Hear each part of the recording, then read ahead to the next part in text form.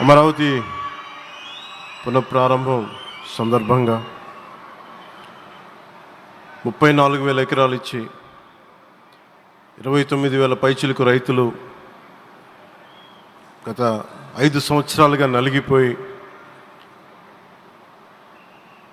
ఇక్కడికి వచ్చి రోడ్ల మీదకి వచ్చి ముళ్ళ కంచెల మధ్యలో కూర్చొని పోలీసు లాఠీ దెబ్బలు తిని కేసులు పెట్టించుకొని ఇంట్లో పెద్దవాళ్ళని కానీ చాలామందిని 2,000 పైచిలకు రైతులు ప్రాణాలు కోల్పోయి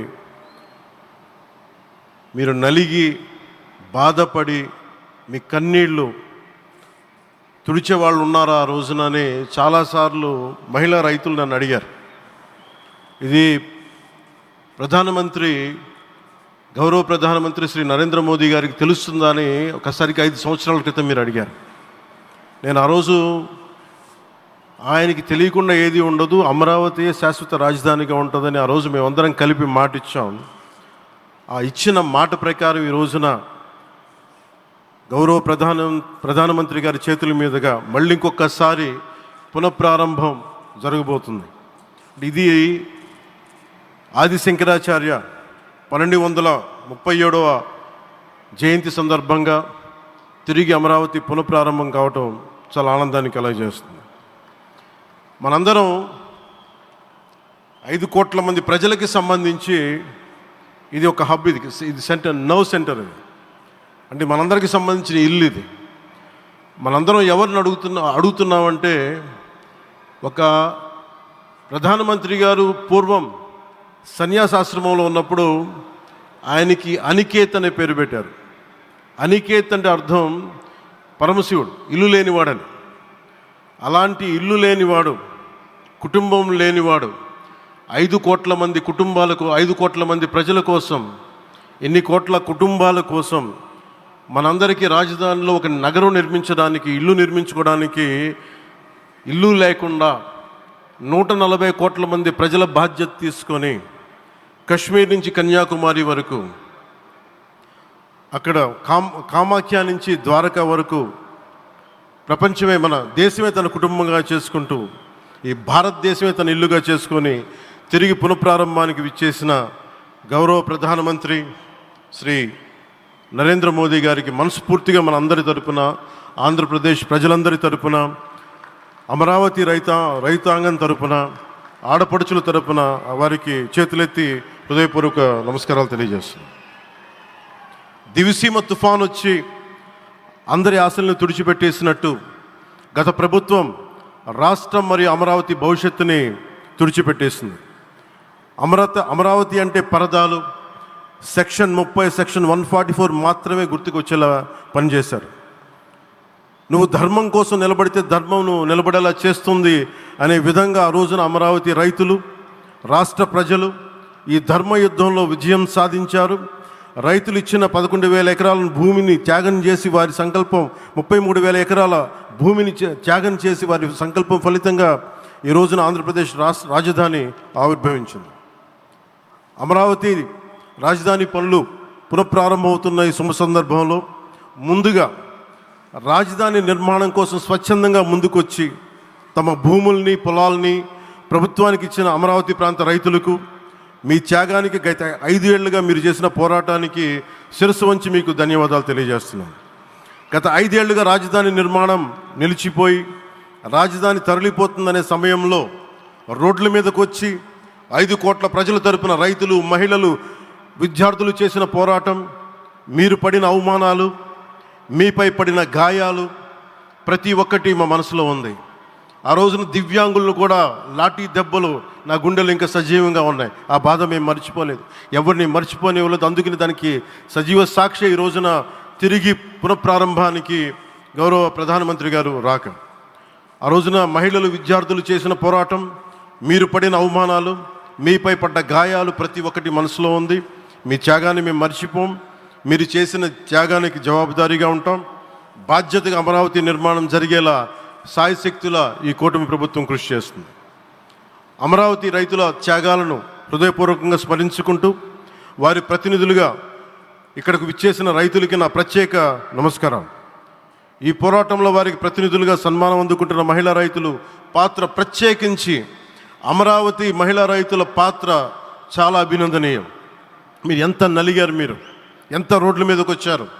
మగవాళ్ళు ఆపేస్తే ఆడపడుచులు బయటకు వచ్చి తిరిగి పౌరుషం చూపించారు, ఆంధ్ర పౌరుషాన్ని చూపించారు. మీరికి నా ప్రత్యేక అభినందన. వాళ్ళు చూపిన సాహసం, సహనం అందరికీ ప్రేరణగా నిలుస్తాయి. వేదిక మీద ఉన్న నా మంత్రివర్గ సహచరులకి, గౌరవ ప్రధానమంత్రి శ్రీ నరేంద్ర మోదీ గారికి, విజనరీ అయిన గౌరవ ముఖ్యమంత్రి శ్రీ నారా చంద్రబాబు నాయుడు గారికి, సోదరులు లోకేష్ గారికి, గవర్నర్ గారికి ప్రత్యేకించి నా హృదయపూర్వక నమస్కారాలు, ధన్యవాదాలు తెలియజేస్తున్నాను. అలాగే ఇతర సహచరులకు, సభకు హాజరైన వారికి, రాష్ట్ర ప్రజలకు కూడా నమస్కారాలు తెలియజేస్తున్నాను. ఇక్కడ రైతులు భూమిని మాత్రమే ఇవ్వలేదు, రాష్ట్ర భవిష్యత్తును నిర్మించే ఆశలను, విశ్వాసాన్ని ఇచ్చారు. కానీ 5 సంవత్సరాల్లో గత ప్రభుత్వం ఆ త్యాగాన్ని అవమానించింది. 3 రాజధానులు అస్తవ్యస్త విధానంతో ప్రజల విఘ్నతని, అమరావతిని అగౌరవపరిచింది. ఈరోజు ఈ వేదిక నుండి మేమందరం మీకు హామీ ఇస్తున్నాం, అమరావతి మళ్ళీ ఒక ప్రపంచ స్థాయి సర్వశ్రేష్ఠ రాజధానిగా ఆవిర్భవిస్తుంది. అమరావతి ఒక ఆర్కిటెక్చరల్ జోన్, ఒక కాంక్రీట్ జంగిల్గా మిగిలిపోకుండా జవాబుదారీతనం, న్యాయం, ప్రజాస్వామ్యానికి ప్రతీకగా నిలవాలని ఆకాంక్షిస్తున్నాను. కేంద్రంలో రాష్ట్రంలో స్థిరమైన ఎన్డీఏ ప్రభుత్వం ఏర్పడిన కారణంగా అభివృద్ధి కార్యక్రమాలు వేగంగా సాగుతున్నాయి. మేనిఫెస్టోలో ఇచ్చిన హామీలన్నీ దశల వారీగా బాధ్యతాయుతంగా అమలు చేస్తున్నాం. కేవలం మ్యాచింగ్ గ్రాంట్స్ ఇవ్వని కారణంగా గత ప్రభుత్వం రాష్ట్రం కేంద్రం నుంచి పొందాల్సిన 1000 కోట్లు నష్టపోయింది. కానీ ఈ ప్రభుత్వం కోఆపరేటివ్ ఫెడరలిజం స్ఫూర్తితోటి, పరస్పర సహకారంతో పనిచేస్తున్నాం. రాష్ట్రంలో రహదారులు, రైల్వే, పారిశ్రామిక రక్షణకు సంబంధించి ఈ రోజున మన అమరావతియే కాకుండా రాష్ట్రంలో రహదారులు, రైల్వే, పారిశ్రామిక రక్షణకు సంబంధించి ఈ రోజున 1,07,00,000 కోట్ల విలువైన అభివృద్ధి పనులకి ప్రధాని గారు శంకుస్థాపనలు, ప్రారంభోత్సవాలు చేస్తున్నారు. రాయలసీమలో గుంతకల్ రైల్వే, గోరంట్ల హైవే లాంటి వివిధ కార్యక్రమాలకు, ఉత్తరాంధ్రలో పిఎం ఏక్తా మాల్ లాంటి వివిధ పనులకు ఈరోజు శంకుస్థాపన, ప్రారంభోత్సవం చేస్తున్న ప్రధానమంత్రి గారికి నా హృదయపూర్వక కృతజ్ఞతలు. నేను అవనిగడ్డ ఎన్నికల ప్రచారంలో హామీ ఇచ్చిన దానికి అనుగుణంగా మనందరి ఆశలు మనకి ఆశించిన విధంగా నాగాయలంకలో మిస్సైల్ టెస్ట్ రేంజ్కి ప్రధానమంత్రి గారు ఈ రోజున శంకుస్థాపన జరగడం నాకు చాలా సంతోషంగా ఉంది. Now with Honorable Prime Minister Sri Modi ji and Honorable CM Sri Chandrababu Naidu garu, and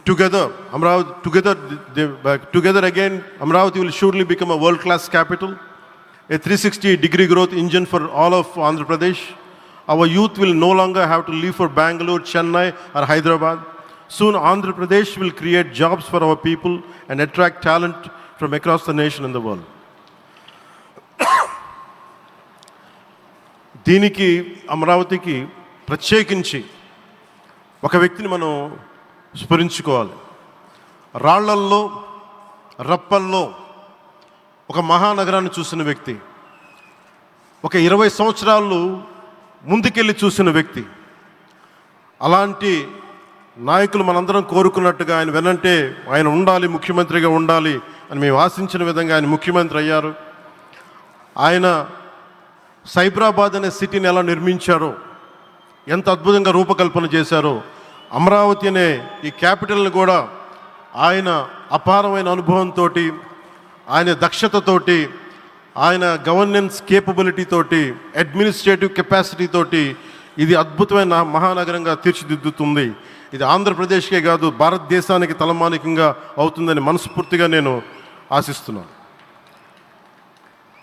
అలాగే ప్రత్యేకించి ఈ రోజున మనం ప్రధానమంత్రి గారిని చాలా లోతుగా మనం అర్థం చేసుకోవాలి. ఈ రోజున కశ్మీర్లో దాదాపు 28 మందిని చంపేశారు. అలాంటి క్లిష్ట సమయంలో రాష్ట్రం, దేశం మొత్తం యుద్ధం వైపు వెళ్తున్న సమయంలో, అలాంటి కీలక సమయంలో ప్రధానమంత్రి గారు ఇక్కడికి వచ్చి లోపలంతా బరువు, గుండెల్లో బరువు పెట్టుకొని వేదన ఉండి కూడా అమరావతి రైతులు చేసిన త్యాగాలను మర్చిపోకూడదని చెప్పి ఇంత ఇబ్బందుల్లో కూడా ఆయనకు వచ్చినందుకు మనస్ఫూర్తిగా ఒక్కసారి మనందరం ప్రధానమంత్రి గారికి గౌరవ సూచకంగా మనందరం కృతజ్ఞతలు తెలియజేయాలి. The Pahalgam terrorist attack has been one of the darkest days for the entire country. Even the blood was spilled in Kashmir. The blood spilled in Kashmir, it created tremors in the entire nation. And we had seen it personally, witnessed personally, the pain of the victims. For the Honorable PM Modi ji, he is leading the country through these tough times, and he assured all the citizens with stern action against the perpetrators of terrorism. I know this is very sensitive time, and Modi ji is carrying the nation's burden. Amidst this tremendous difficult moment, Modi ji still gave time and came today to Amravati. This shows his deep commitment to Andhra Pradesh, to the people of Andhra Pradesh, and we are deeply grateful to you, sir. May Lord Bhavani, మన కనకదుర్గమ్మ ఆశీస్సులతోటి వారికి బలాన్ని ఇవ్వాలి, శక్తిని ఇవ్వాలి, మనందరం ప్రార్థిద్దాం. May Lord Bhavani Mata give immense strength to our Honorable Prime Minister Modi ji to lead our nation and bless Bharat, Andhra Pradesh and Amravati. Jai Bhavani, Jai Bharat and Jai Hind.